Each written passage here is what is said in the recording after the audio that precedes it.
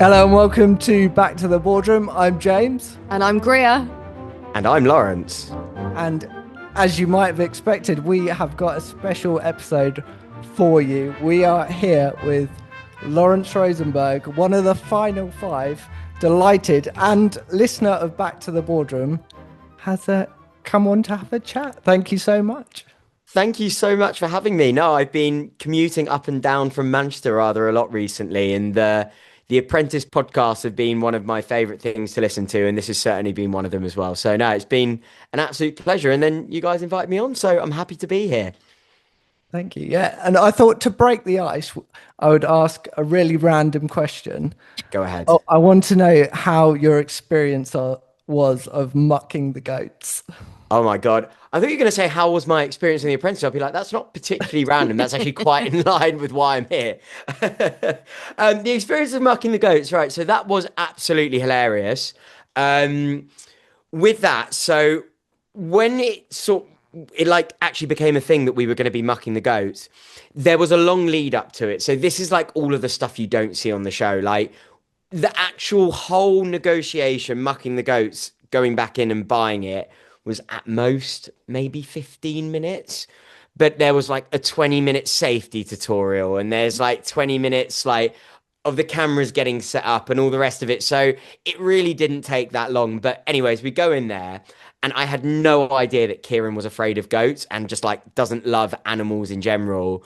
Whereas like I'm not sure that I necessarily would have been that cool with it, but because I knew the cameras were there and they're unlikely to let me die on national television, I was like, I'm probably fine considering they're like not even up to my shins. But no, they were really, really, really cute. And I just kind of just locked in. It was one of those moments where you're just having fun. And I just locked in. Like Kieran was like shoveling like little bits. I'm like grabbing it. I get the shovel. I'm grabbing it with both arms, dumping it in the bags.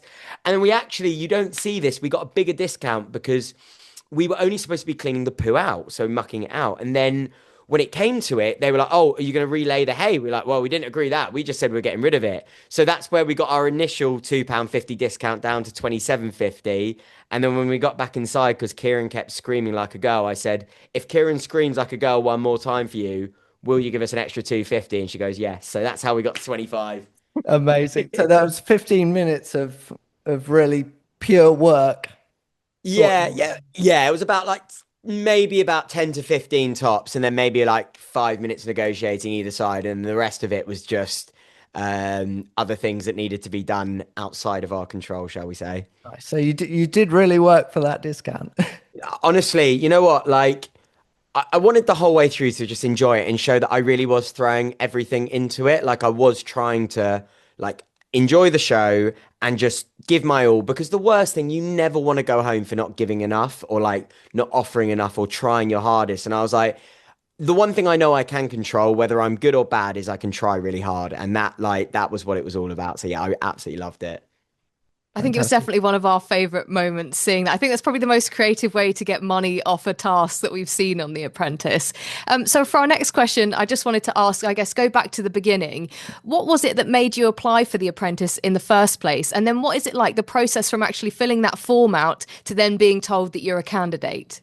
So I'm going to answer what I can as part of this, but I don't want to say too much that they'll be banging down my door, showing me what it says in my NDA. But what I will say is, so the reason I got onto the show, so I actually told this story for the first time yesterday on national television. Actually, I was on GB News being interviewed, and I finally started to tell people the story because it is the most insane story that like is almost hard to believe. But there's like kind of a message in it as well.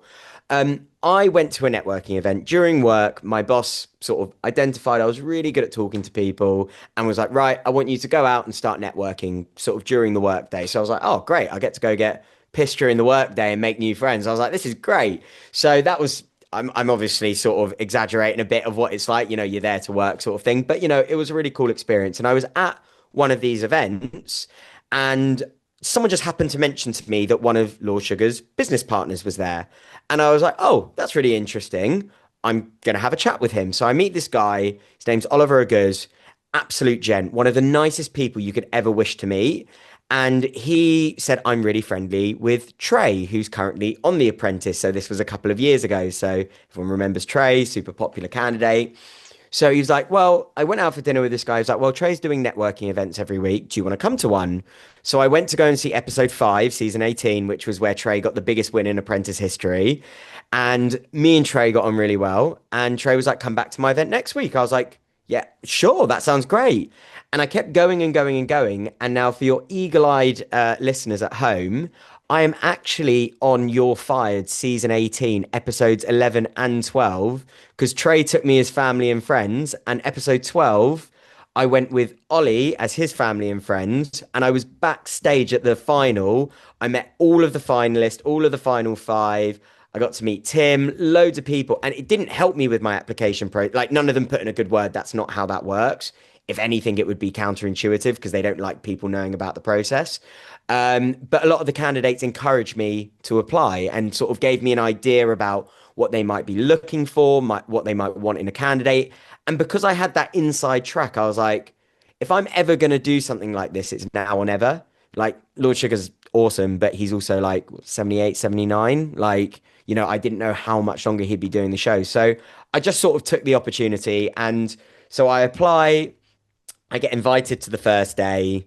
I think this is pretty well known. So the first task they ask you to do is you got 30 seconds and why should you be Lord Sugar's business partner? So, I had my whole spiel prepared, and then there's sort of stages on the day, and I made it all the way to the final stage. And that's when they put you in front of a camera and start interviewing you. And I remember they said to me, they're like, what's your karaoke song? And I was like, well, it's Elton John, Your Song. And this was the first like taste of how intensely like Apprentice can be, but also like really fun. He goes, okay, sing it. And I was like, uh. And I just started singing in front of like this random producer I've never met. There's like a few runners outside. And it's just like this crazy experience from start to finish. And then there's lots of different stages over 3 months. And then I got the call. That was it. That is an Amazing. incredible story. I wouldn't have ever thought that you were going to say karaoke played a part in that, but yeah, mad. Crazy. Well, Absolutely crazy. And also like Steve Darken as well, just to shout out him from season 18, has become like genuinely one of my closest mates. Same with Trey.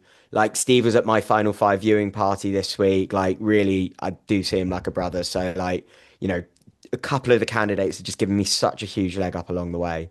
and you touched on some points there about how basically your inspiration from it came through, I guess, networking. Mm. What would you give, what advice would you give to anyone listening who maybe isn't as great a networker as you, for instance? It's an interesting one because it's not necessarily about obsessive networking because I don't make connections when I network, I make friends. Like the guy who helped me write my business plan is one of London's leading tech consultants. The guy could charge me an hourly rate that I couldn't even afford 1 hour of. And he donated 100 hours of his time to like bust his back because he believes in me and he believed in my plan as well. So like I was almost a little bit upset that there was like the accusation it was written by AI because it absolutely was not. Like I said it on the show, I have all of the logs of like wherever there was an interaction with AI, like that was a real leading tech consultant and a real human who gave me so much of his time because he is a friend and he's a really good friend. And I literally was messaging him 30 seconds before I came onto this podcast. And what I would say is it's not about networking and having loads of friends or like all of those kind of things. It's about, making the most of the relationships you have and actually making real friends. And I've always said this from the start.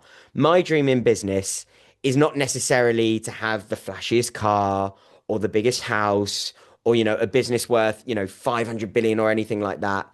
It's about enjoying what I do. And it's about working with people that I genuinely enjoy working with. And, I've grown up in an environment where, my dad's an accountant. And for long parts of his career, I used to ask my dad every single day as a kid, Dad, how was your day? That was literally what I was growing up. I was like well raised by my mum. And every single day, can I swear on this podcast? Yeah, yeah. That we Oh, encourage it. Oh, fine. I'm going to be effing them, but I've sworn the most that I've managed to get 2 parental warnings on The Apprentice this year just from my potty Excellent. mouth. So Okay. no, it would be some variation of shit, basically. Like, obviously, maybe when I was a little bit younger, he was maybe minding his language, but it just taught me such a valuable lesson about enjoying what you do. I don't want to wake up in the morning and like, I have had jobs in my life where I wake up in the morning and I'm just dreading what's to come. And so for me, it's like, yeah, I want to enjoy what I do. I want to work with good people. So it's not about going out there and networking for the sake of it. Everyone, I hope, most people do have friends and supportive people around them. And it's where can you work with your friends? It's not saying mix business and pleasure necessarily, but there's always different ways that you can lean on friends and friends can lean on you. And it's not just about taking as well, it's how you can give back to. So I think that's sort of my message if people are struggling with that next step with networking and stuff. Yeah, nicely put. What's the cliche? If you like what you do, you never work a day in your life or something Exactly, like exactly. And this actually feeds into maybe where we're starting to get into the juicier things that you might be quite happy that I'm discussing on the pod. This was, I did a video on TikTok about this. Well, I say TikTok, I did it on all my socials actually. So follow me on those. Sorry, I had to plug it. I'm here. I got to Of plug it. course, you have Uh, to. that. yeah, of course, of course. I wouldn't be doing my duty if I didn't. But no, in all seriousness, I started to get a pit in my stomach around task 9 that I just didn't feel like winning might be the right thing for me. And, you say that, James, about, enjoy what you do, you'll never work a day in your life. And I just started to get the feeling that at this exact moment in my life, for what I want to do next, it might not be the right thing for me to win. That's not to say for anyone else it's not the right thing. And obviously, there's an age old expression in PR of, well, you would say that, wouldn't you? It comes from like in the 60s in the Profumo affair when someone said they weren't having an affair and the woman he was having an affair with said, yeah, you would say that. And like, that is the God's honest truth. People will look at it and be like, well, you're out. Of course you're going to say that. But it was probably why I took the approach I did in the interviews of like, I'm just going to stand my ground. I'm not going to give an inch. I know what I've got here in my business plan. I've had it validated by like top PRs, top tech people. Like, I know that I've got something. I'm not just going to sit here and apologize and, try and get past it because I just wasn't sure it was right for me. So I was like, I'm going to stand my ground and whatever will be, will be. Like, don't get me wrong. I wouldn't have turned it down had they given me the opportunity because then I would have been like for the rest of my life, well, what if it was the right thing? But I was like, you know what? I didn't have this great feeling anymore and I can't describe it. And it was maybe because up to that point, you're always so far away from winning. Yep. And it's when you start getting to task 9 and you're like, I'm actually like 2 wins away from being in the final 5, and then it's anyone's game. It must take quite a lot of discipline to do that because I can imagine it's probably easier than you think to I guess change the way you are in order to win or if that's the success measure. Yeah, I think it's an interesting one. I mean, my main thing going into it was I was just going to be myself. I was going to enjoy it. They asked me in that very first interview in the audition process, what's your game plan? I said I don't have one, to be honest with you. I'm going to go in there. I'm going to try and be a good bloke. I'm going to try and, be myself, be happy, enjoy it. Like that is the other thing I would say. Like of the experience, the number one prize is Lord Sugar's network. The number 1.5, so literally just after that, is the experience. And I'm in every episode, they've already shown that I'm back next week. So, I'm in every episode. I haven't missed any part of the experience. And in terms of just sort of coming back to the question, because I don't want to PR too much and pivot to the question I want to answer rather than the one I was asked. But I just tried to enjoy it and I just tried to make sure that in whatever I was doing, I knew I was sort of being true to myself and enjoying myself and making the most of things. Um, and yeah, just making the most of the experience. So that was my way around it, really. Yeah, sounds good. One thing I don't know if you're aware of, your interviews got quite a big highlight on Gogglebox in the past week, which I don't know if you want to watch that or not, but it was very entertaining. But I did want to ask you about the whole interview process, because Yeah. it looks like that the trusted advisors of Lord Sugar, they're just so ruthless and they've got these sort of gotcha moments. But I did wonder, like, how long are the interviews anyway? Is that just a small edited portion where they have that snippet where they think, oh, we've really got them there, we're going to show that? Are they much longer? Do they give you more opportunity to actually state your case and do it like a real interview? Because we see it be really short on the actual episodes. Yeah, absolutely. That's such a good question, and it's one that I've quite enjoyed answering when people ask it. So I'll start with the Gogglebox. I had no idea about this. I sort of was off my phone Friday and Saturday quite a lot, and Saturday night I checked my socials and someone was like, "You're a star on Gogglebox this week." And then I went on, like, I found the episode on Catch Up. I was like, "Oh, it would be like one interview of me, one interview of someone else." It was like all me, all me, and I was like, "Oh, okay then." I had no idea. And so in answering that, and Gogglebox, it threw up something for me that I hadn't even considered. So the interviews are way longer than what you see. Like, even though, it looks like Claude chucks me out in 5 minutes, like, nah, like Claude was my shortest interview and I was still in there for 20, 25 minutes. Like, I was in there for a while. And the order is completely different from what you see. So my order was Mike, Claude, Linda, Claudine. So when you see me at the end of the day and I forget the journalist's name, it was Laura Anita. I've caught up with Laura since then. Like, I landed the front page of the Financial Times with her. She's a retail reporter, very well respected. And it was because my interview was literally the last one of the day. And it was like, I want to say like 8:30. And you try remembering someone's last name who you haven't worked with in like 18 months at like 8:30 on a random like Saturday after the 2 months before it. But no, the interviews are way longer and there's just so much you don't see. Like Mike, I left there and I was like, that was a fight, but like a real like verbal war, like not in a bad way. Like I was being challenged. Mike was hearing me out. I was like, I just got a real buzz from it. Like I was really standing my ground. And there's even things you don't see. I did a video about this the other day. Gave me a challenge as well. It wasn't just charisma. I think he usually has a challenge for everyone. And my challenge was he gave me 3 pictures of Lord Sugar and I had to identify which ones had been edited by AI. So one of them was like clearly AI. I was like, well, that one's AI for this reason, that reason, that reason. Then I found the second one. I was like, yeah, that one's like pretty obvious as well. That one and that these are the reasons it's AI. And then I said with the last one, I was like, I'm going to be honest with you. I don't think this is AI, but Lord Sugar was holding a bike in some sunlight and just his knee looked a little bit skewed. And I couldn't really tell because AI does occasionally, when it comes to pictures, have an issue with like proclivities. And I said, if it is AI, it's the knee that's off, but I'm pretty sure it's not. He goes, well, you're correct. And I will be telling Lord Sugar that you think he has weird knees. And I was like, oh no. I was That's not going to go down well. Yeah, so maybe that's why I got 5. Maybe it wasn't the 5.5 million, but no, like even like small things that are like quite unfortunate as well with the interviews. Like I was looking at it today, I sent in a full 5-year financial model, and then it got printed onto an A4 sheet of paper. And then when I was watching Gogglebox, I was like, when I watched it, I was like, surely everyone knows we don't print our own business plans, and they're on Gogglebox like, can't believe he didn't print it properly. And I'm like, are we watching the same thing here? Like, when would they, what? But yeah, that's like where you have to kind of just remember it's a TV show for entertainment. Like, it's fine. Yeah, see, it's that behind the scenes detail that people are really interested in. They have no idea, I guess, if they've not been in the process. And I'm sure that you've seen some of your fellow candidates this year. They've come out and made a few videos on social media and said, well, that's not how I've been actually behaved, and my successes in that episode haven't come out in what is shown in the edit. So I just wondered, from your point of view, do you think that there was a good mix this season of, I guess, entertaining TV moments and reality?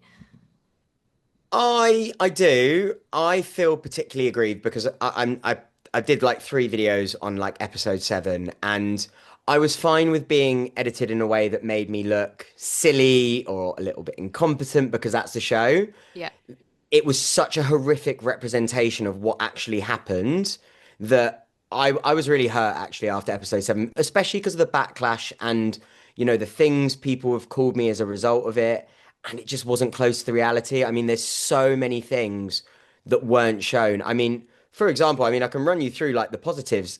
The consumer feedback on that video was extremely positive, the one that we made. I wrote the script, the video, 11 out of 13 people, they never show any of this, said that they liked the video and it made them want to play the game.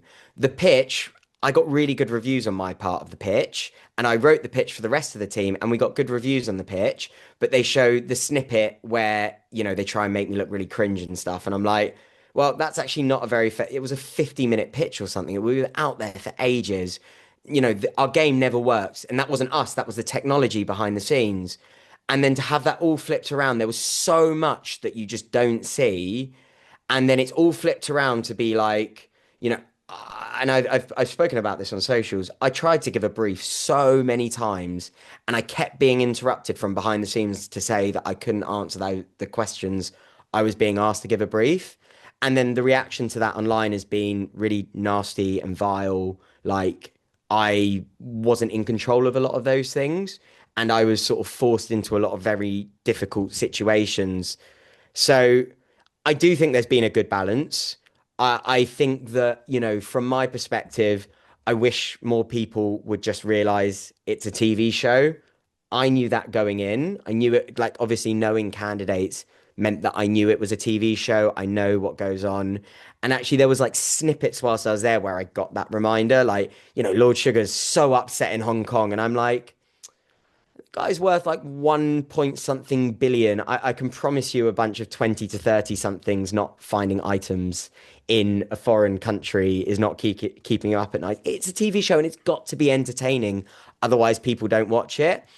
I was really happy that people like Rothner, who for her, I think it was a bit more editing out her best bits to try and create a narrative. Whereas for me, it was trying to literally pull out every single negative moment to try and create this narrative, because I actually did have a really good run in pretty much all of the tasks, bar task 7. Like even task 6, I look online, like I try not to read too much of it, but the only bits they really showed was, trying to portray, the things I was saying as really cringe in that, corporate negotiation. But what you don't really see is that the negotiation was going really poorly, and they actually warmed a bit after that part. And then the client, the corporate client, actually made a point of messaging me after the show to say, I hope you got the feedback that we sent about you specifically to Tim. And in the boardroom, like, Tim specifically read out that they absolutely loved my part of the tour and the way I engaged with them throughout the day. But the only thing you really see is like that speech with some like funny music over it. So it can be quite frustrating, but to see someone like Rothner speak out, I'm quite happy that it's drawn more awareness to the fact it's a TV show. Relax. Like, you do not need to be calling people all these kind of names. Like, you don't have a clue what's going on behind the scenes, and what people have control of, what they don't. But in terms of like smaller things, like even just like in the taxis when you see people's thoughts, I really do like that. I think that's a cool addition. Was I gutted not to get treats? I've heard pretty crappy things about what the treats were actually like. Yeah. I know candidates from other seasons as well, not just season 18 now. And one candidate from one of the earlier seasons said they drove 3 hours to do a spa break. They get into the spa break, they literally get into the pool and they're like, right, get out, we're going back. Oh God. So it's not really a treat, it's more stress. Yeah, well, and all the candidates were saying, we wish we just got to go back to the house and relax for a little bit. But they never got that. And we never got that, because when we got back to the house, we were doing more reality filming in the garden. It was crazy. But yeah, that was good fun. It was really good fun. I did wonder what it was like actually being in the boardroom where you're sat in front of Lord Sugar and Karen and Tim and you're having to plead your case. How pressured is it? What are you feeling in that moment? Is it as sort of scary as we think it might be? So I'll be honest with you, I only ever felt nervous or pressure in 2 episodes, and that was task 1, because you get to task 1, and I think I set myself quite realistic goals. I was like, right, I need to get through task 1, and then I'm going to take it week by week. But the dream after task 1 is then task 10, because then you get to do every task, and then after you get to task 10, the task becomes final 5.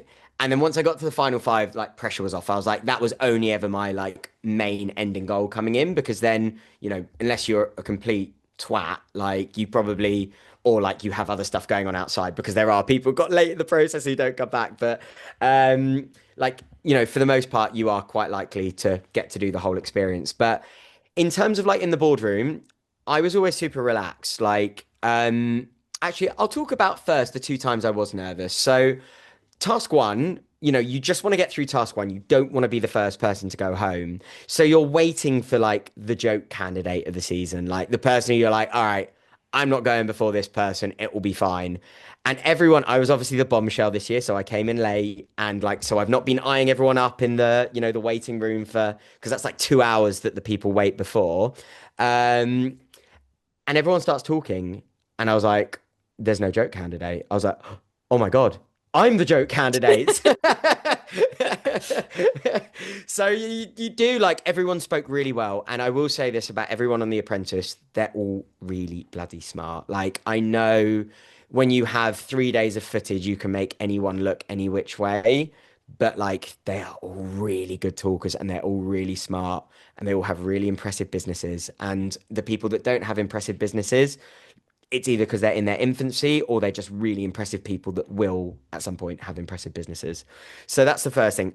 Task 7, I was nervous because everything that had gone on around that episode, I could just tell the narrative that was being formed around me. And like, you can almost like see the edit at the end, and you can tell that, like, oh my God, I've had so much taken out of my control, and I'm being framed in this way. And like, pretty much everything I say at this point is making it worse. I was like, well, Levi hasn't done anything wrong. I've been put in positions where like I've kind of almost been forced to sideline him. And I knew that I made him sub-team leader on day 2 because I wanted to give him something to say, I'm so sorry that we were put in the position we were yesterday. I really want to give you something so you can, like, you know, have an opportunity. But obviously that's never seen. And you can sort of see it, and like, you know, I didn't want to lie as well. So like, you know, you see Lord Sugar gets really upset, like, oh, you know, well, actually, I didn't want to lie and bring back Levi for doing something wrong, because he didn't do anything wrong. That was me. Like, what you don't see as well, Lord Sugar every single week had made like a dedicated point of bringing up Levi and just being really like, really going for him in terms of his feedback. And like, you have to follow the room. And I knew in that position as well, I was getting so anxious and nervous because I couldn't bring Pasha back because she was the least culpable. So you're told on the show that the sub team leader is always responsible for the actions of the sub team unless someone overrules the sub team or jumps in or that kind of thing. So she's not responsible. And like, the only negative feedback was she waffled in the pitch. That's the feedback that we were told. I thought she did a good job, but that was what we were told. So it's either Rothner didn't want to be sub PM, and she made it very clear, but no one wanted to be sub PM once we realized like how unclear the overall brief we were given was. So no one wanted to, everyone, like, I think 4 people wanted to be PM, and then no one wanted to be sub team because the game was a disaster. She didn't want to pitch, and she put her hand up when no one else did.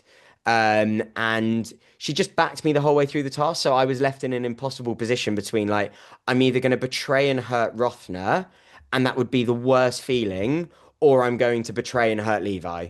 And like, he's been sidelined by things outside of both of our controls. So rather than me lying about Levi and saying, Levi, you're coming back because you did this wrong, he didn't do anything wrong.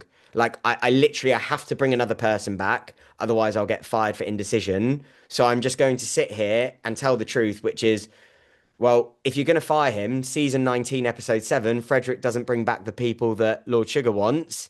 He brings the whole team back, and he fires them anyway. So if you're just going to fire me and Levi, then, you know, I've just got to bring all of us back into the boardroom, and then you make the decision. I don't fire anyone. Like, so those 2 times I was nervous, but to answer the question directly, the rest of the time, I just remembered it was a TV show. I was just having fun. Like, there's not like a guy waiting. It's not Squid Games. There's not a guy waiting outside the boardroom ready to shoot me when I'm fired. Like, it could have been. It's the 20th anniversary. They could have ramped it up. What a twist. I know. It's like Lord Sugar, Baroness Brady, and Tim with like a triangle, a square, and a circle in their faces. I'm like, I think I've signed up for the wrong TV show here. But but yeah, no, the rest of the time, like, and like, I do media training as well as part of my job. I work in PR and like I help people to, under pressurized situations to speak more calmly. And the thing I would always advise my clients is just, enjoy yourself. You are the expert in the thing that you are talking about. In this case, I was there. I know what I'm there to talk about. I made sure I prepped in my head what I was going to say. So I just stayed calm. It's a TV show. It's not life or death. Like, it's fine. Just enjoy myself. And actually, you don't see a lot of these moments in the boardroom again because of, narratives and editing. But actually, I was pretty well respected from my performances in the boardroom. So yeah, I mean, I just enjoyed it really. That was my main thing. So building on pitches and presenting yourself. You've said that you're a fan of Back to the Boardroom. So Yes, you must know that Greer and I have to do our own elevator pitches, I 60 love it. seconds to pitch the I idea for this episode's themes. And it's quite difficult. So have you got any tips for us to get better? Oh, well, do you know what's really interesting? Actually, and I've always thought this when you're doing it, you really do make the authentic apprentice experience out of it. Because when we pitch, I remember the first time they did this to us, we were like, right, so when are we going to get time to prep the pitch? And they're like, nope. And we're like, but yeah, surely before we get up on stage, we're going to have time to like, prep and, get ready. Nope. Yep. You're just going to be going up straight on stage. It's like, well, uh, okay. So like what you guys do is the authentic apprentice experience because you do literally get told the task. You're like, okay, go do it now. So my main tips would be, it's really hard because you can't teach like straight creativity. Some areas, when I've listened to you guys, loads about the subject already. So it's like, yep, I've got this. And one of you absolutely nails it. And then the other person is like, I know nothing about this area. I don't Yeah. know I don't know what to say. And then you kind of like almost riff off what the last person said. And you're like, oh yeah, like that's what I was going to do. Is like, But That's why I always Yeah. go second. Exactly. You've worked it out. sussed it. But Yeah. yeah, I suppose like my main tips always like when I'm like helping people with their media training is one, being really passionate about the things that you know about. Obviously, the idea that you're making up on the spot is your idea. So just really being passionate about it. People always buy into you as much as they buy into your product and your idea. So making yourself likable. These are all the sort of tips I go along with. Um, and yeah, I suppose it's just speaking with energy and passion and making sure that, whoever you're speaking to is engaged as you want them to be. So I feel like that's a full media training session, which you can purchase from me actually. So yeah, just plugging myself again. So yeah, I've really enjoyed that part of it actually, just sort of, helping people to, you know, talk a bit better under pressure. So yeah, no, I think you guys do a really good job every week. You'll get next season. You'll get to see so much passion and energy from the. Yes. We'll have taken those tips on board. Now, your time on The Apprentice is up. If you could go back and maybe redo one task, what do you have an idea of what you'd change? Well, first of all, I wouldn't be project manager on week 7, that's for sure. Uh, I would be coasting that task and just hoping that I get through to the next one. Um, I would not really change much, to be honest with you. I mean, the only thing, and this is like, again, things you don't see, I lost the project manager vote in week 6 by 1 vote. And that was like, I was so upset because corporate away days was something I really wanted. But one thing you don't see is like Dan had a lot of sway when it came to project manager votes. Dan would like almost like we used to call him like Lord Miller. He would go, my vote is for this person, and everyone would be like, yep, well, they're going to be project manager this time. And Lord Miller declared himself for Prish, and I lost by 1 vote. But I don't think I'd change anything, to be honest with you. I really don't. Like I went in there, I was feeling myself. I enjoyed everything, and I just made the most of the experience to make sure that, and this is, I've said this previously in the podcast, like if the number one experience is Lord Sugar's network, like forget the money because, the money £250,000 is, actually it's almost like a challenge to build a business of that. So a lot of businesses do require more funding than that. And in a lot of cases like Dan's, those businesses are worth a lot more than £250,000. So you're actually almost sacrificing to take that offer. Um, So I went in there, I enjoyed myself, I made the most of the experience. And like I said, that the number 1.5 thing is the experience. I got to be a part of every episode. So I said this when I was on GB News yesterday. In my taxi ride on the way out, I was asked this exact question, and they said, "Oh, so close to the final. You must, and you don't see my taxi ride. You must be so gutted you didn't get to the final." And I was like, I got done for being a bit too philosophical on the show, so I'll try and not be too philosophical here. But I was like, it is a 0.0006% chance of the 80,000 people that apply to finish in the top four. And you want me to sit here and say, like, I'm gutted about my experience? I'm like, absolutely not. I got to be in every task. And, when I came back for the final, I'm speaking to the candidates who hadn't got to be a part of every episode and all of the experience. And, like, almost just like how upset they were. And I get it. It's not something you get to do twice. And, you have these experiences. And, like, I didn't want to look back with any regret. And I look back at the experience now and I don't look back with any regret. And I was so happy in that taxi on the way out. I don't think it made particularly good television. So, um, yeah, no regrets. Yeah, That's good. right. And sort of flipping that on its head, what do you think? Could there be a single moment you look back to where you think that is my most proudest moment of the process? Yeah, 100%. And like, because of like the things I've mentioned, it's almost impossible at points to get past the limitations that are put on you in tasks. So there are these occasional moments where you can just be fully yourself, just fully immerse yourself in what the experience is and what the experience stops you from being.